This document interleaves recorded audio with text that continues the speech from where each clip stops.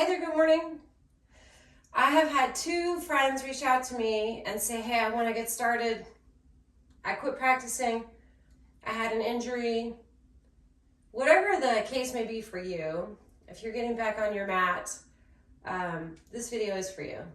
So welcome back to your mat. Maybe it's the first time on your mat. This is not a yoga video. These are words of encouragement for you. This is a movement practice. We all know that bodies are different, and we all know that it's important that we share accessible, inclusive, and functional practices for everyone wherever they're at on their journey in life. So welcome. My intention is to make this all of those things for you, but also to ask you to be an agency for yourself. So if you find that you are having any kind of questions about what's happening, err on the side of this should feel like a yes and not a maybe. Always a yes and not a maybe. And if you're in a space where you're constantly getting maybes, take a few steps back and slow down and learn how to find what is that yes, that I know what's happening in my body. I know I'm listening to my body, cultivating that sense of understanding and awareness, and creating agency, which is the idea that you are here and you are doing the movements yourself. You can receive guidance, but you don't need it because you have agency, right? Like you choose to be fully in your experience. Okay, so there's my disclaimer. Welcome back. Let's have some relaxing, functional, grounding and centering time together this morning. A couple of things. You obviously want to have a dedicated practice space. You might want to have some kind of equipment. You don't need equipment. I like having props. And then I would highly recommend some kind of journal or reading reflection material. So I'm going to share with you a book that I read from called Life Lessons, 125 Prayers and Meditations. And this is a book written by Julia Cameron. Some of you may be familiar with The Artist's Way. This is that author. I like to start with this because it can give me something to reflect back on if when I'm in my meditation and my movement and my brain likes to go on a wild goose chase, which is normal, right? We think so many thoughts in a day. So let's see. Oh, I already read these pages. Here we go. Listener, cock your heart's ear to the still, small voice. Quietly ask for guidance and receive it. Say a simple prayer, thy will be done, and feel your spirit align itself with your good. You are led carefully and well. There is no error in your path.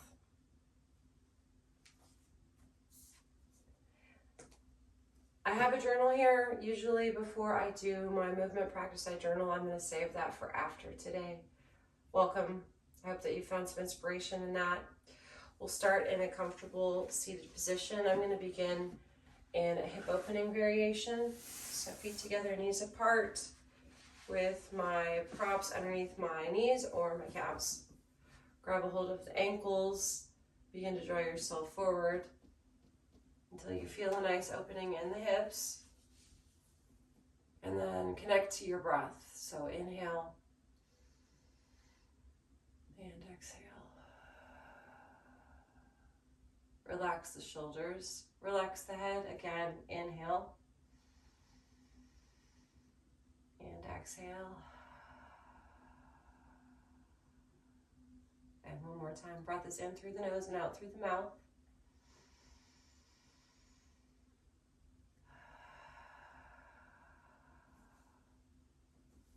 Come back upright. Take one hand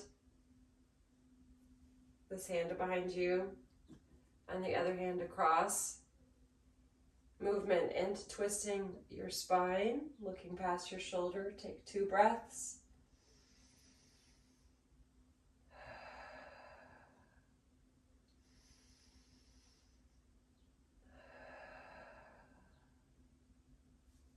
Unwinding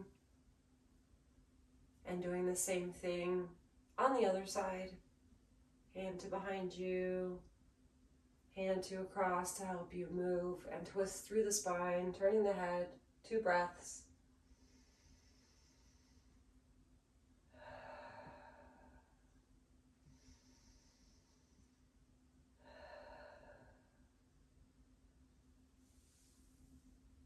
Moving back through to center, using your hands to close the legs and elongate your legs. Pulling the toes back, extending long out through your legs, moving the head back and extending out through the top of the head. So we feel engagement in the legs and engagement in the spine. This is a posture correction variation or movement. You should feel lots of activation in the legs as well as the core. Be mindful that you're not rounding the spine. If you're rounding the spine, you're probably settling into the core and not engaging through the back of the body. The way to find this movement is to move the head back over what you're sitting on, and you'll feel the core engage when you do this. Extend the arms overhead. Be mindful to relax the shoulders away from the ears by rotating the palms of the hands toward one another, and then reach for the toes by folding at your middle. If the hamstrings are particularly tight, in this case as mine are, you can bring blocks, triangles to bind your knees. Same movement applies. What will happen here is you'll feel the belly connect to the thighs, and this is going to release the hamstrings and the low back more. 2 breaths here.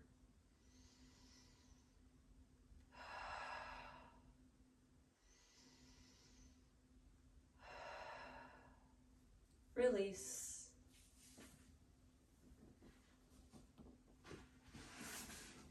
Cross your legs. Walk your hands forward. Notice an opening in the hips. Take 1 breath. We use this transition as a movement to pull ourselves forward. Finding our way onto our hands and our knees, walking the knees back to underneath the hips and moving the hands back to under the shoulders. Placing props under your hands to help stabilize your wrists. Triangles are a lovely addition here. Using the diamond shape, this gives you the means to move your fingertips up or down the angle to where you get a good solid grip and the arch of your wrist is articulated. Never gets old, rolling through the spine. So chin tucking into the throat, opening up the back of the neck, pushing into the hands, and then dropping the belly and pulling the shoulders back. So pushing with the hands, pulling the shoulders back. Pushing, adding the breath, and pulling. From there,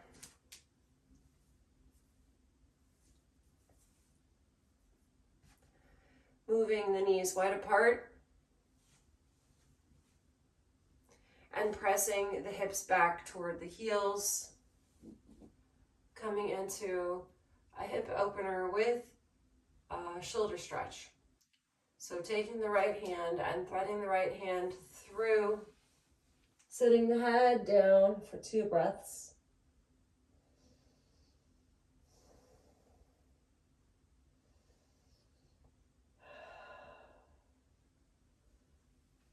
Pressing up, switching sides, threading the other arm through, sitting the head down for 2 breaths.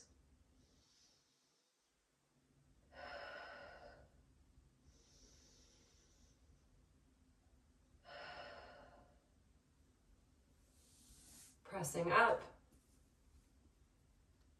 Pulling yourself forward. Use your core to pull yourself forward. Move the knees to under the hips. Lift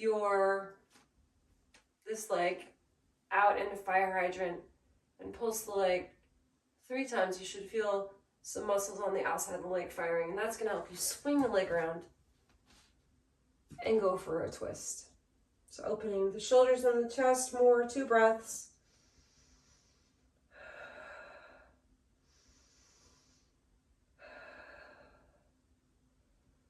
Releasing the hand, moving the foot over and turning the toes open.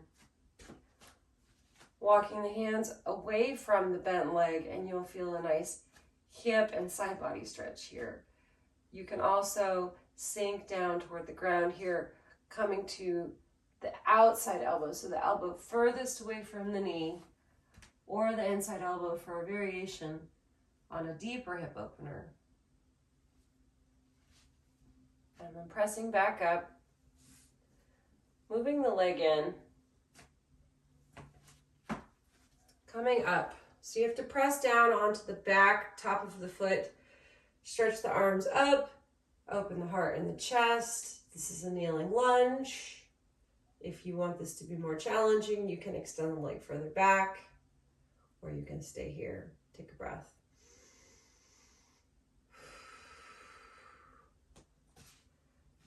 From there, curl your back toes under, lift your back knee, drop the heel, come up to standing. Hips are facing toward the top of the mat, arms are up. Here is your standing lunge. Make sure that you're pushing down through the back foot so you feel your lower half of your body engaging. You're not just noodly legs, right? Everything is engaging. 2 breaths.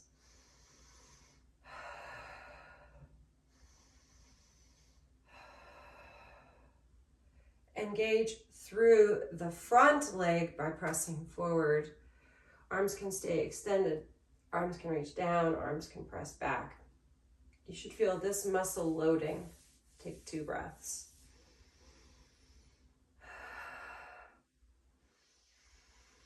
If this muscle isn't loading, you can slide a prop to underneath the ball of your top foot. Heel's going to stay down on the ground, and you can press into the ball of the foot to load the muscle. I highly recommend learning how to load the muscles and using props. Props can sometimes seem like an afterthought or like a crutch. They are not that at all. All right, gently release. Come back to your knees. Take the knees wide. Bring the feet close together. Sink the hips back. And this time, just extend the arms out in front of you, coming into wide-legged child's pose. Take 2 breaths.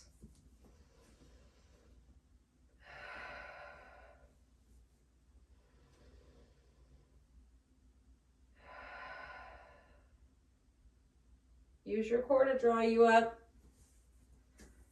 Move your knees to back underneath your hips. Move your hands to back underneath your shoulders onto your props. Take your other leg, open it, and pulse out to where you feel that muscle turn on 3 times. Step that leg forward and open into a twist for 2 breaths.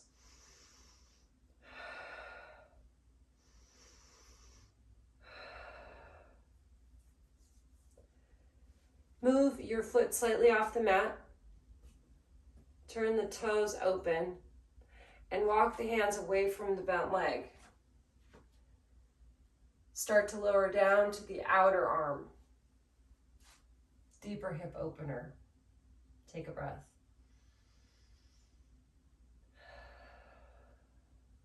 Walk the hands back through.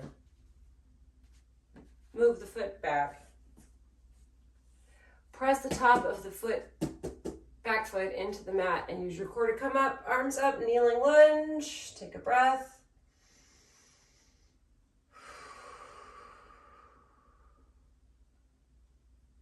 Good. From there, curl the back toes under, lift the back knee, drop the back heel. Come up to standing, hips forward again. Engage through the legs. So no dead legs, no noodle legs. Everything's turned on. Arms up, take a breath.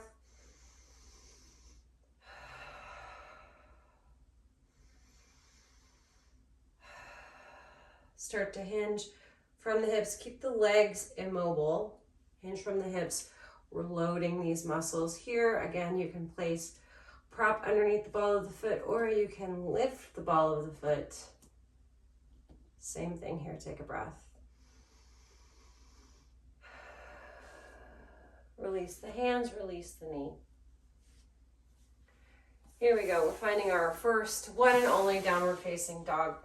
Big fan of this variation with triangles underneath the heels. Show you what that looks like.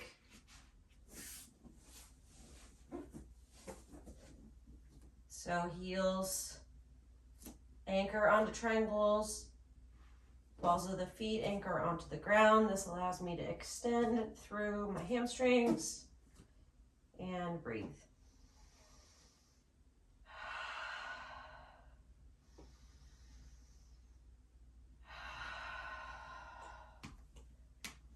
What that would look like without triangles is the same. Heels may or may not touch the ground.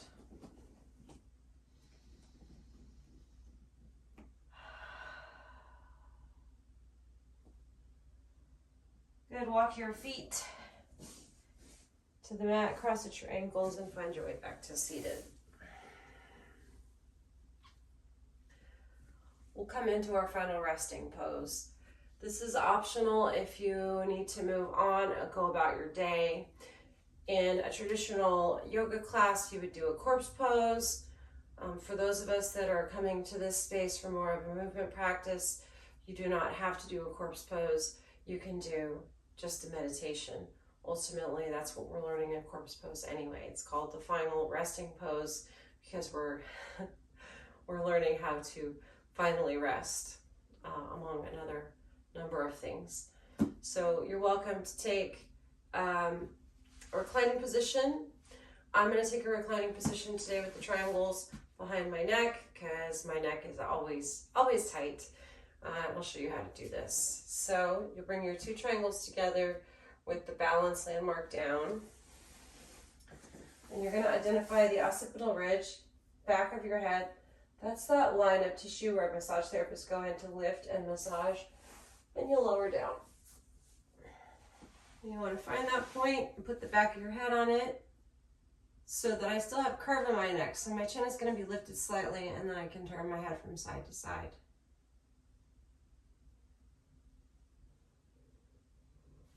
And then from here, you finally rest. So whatever that might look like for you, you can come into a butterfly leg position or an extended leg position.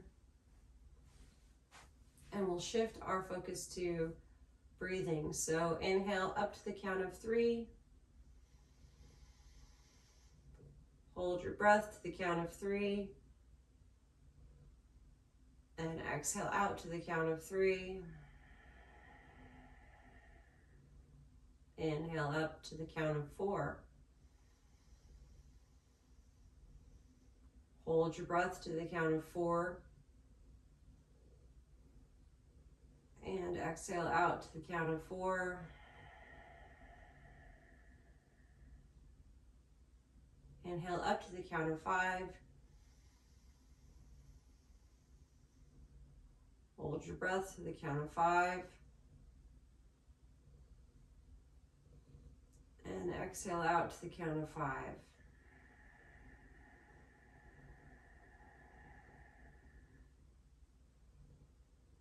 Take a moment and breathe normally.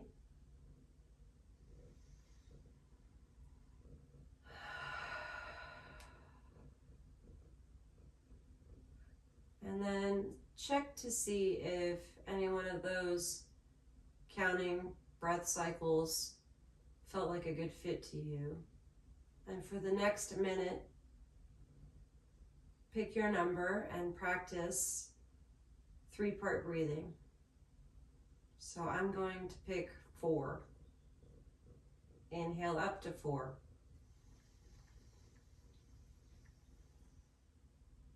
Hold to 4.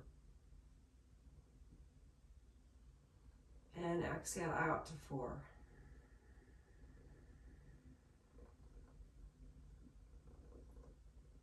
For 1 minute.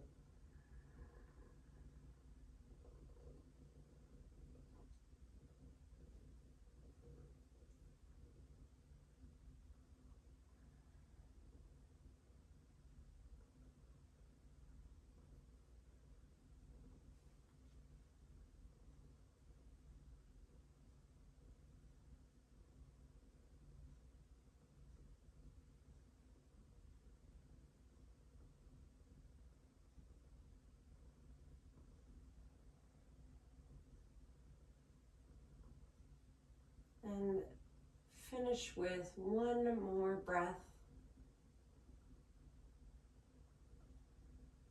And bring some movement back into your body. So if you're reclining, you can reach out through the arms and the legs.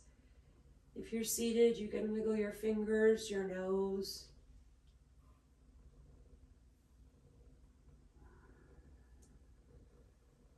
And we find our way back upright into consciousness.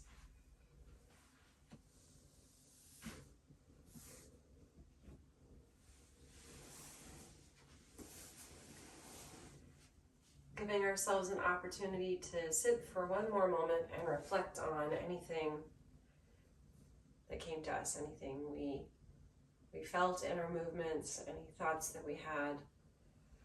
Also, really great opportunity to consciously release any tension that you identified in your body. 1 last moment.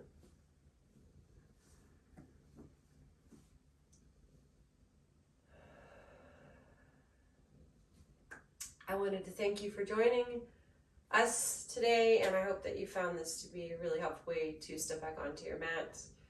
I invite you to learn more and connect. Have a beautiful day.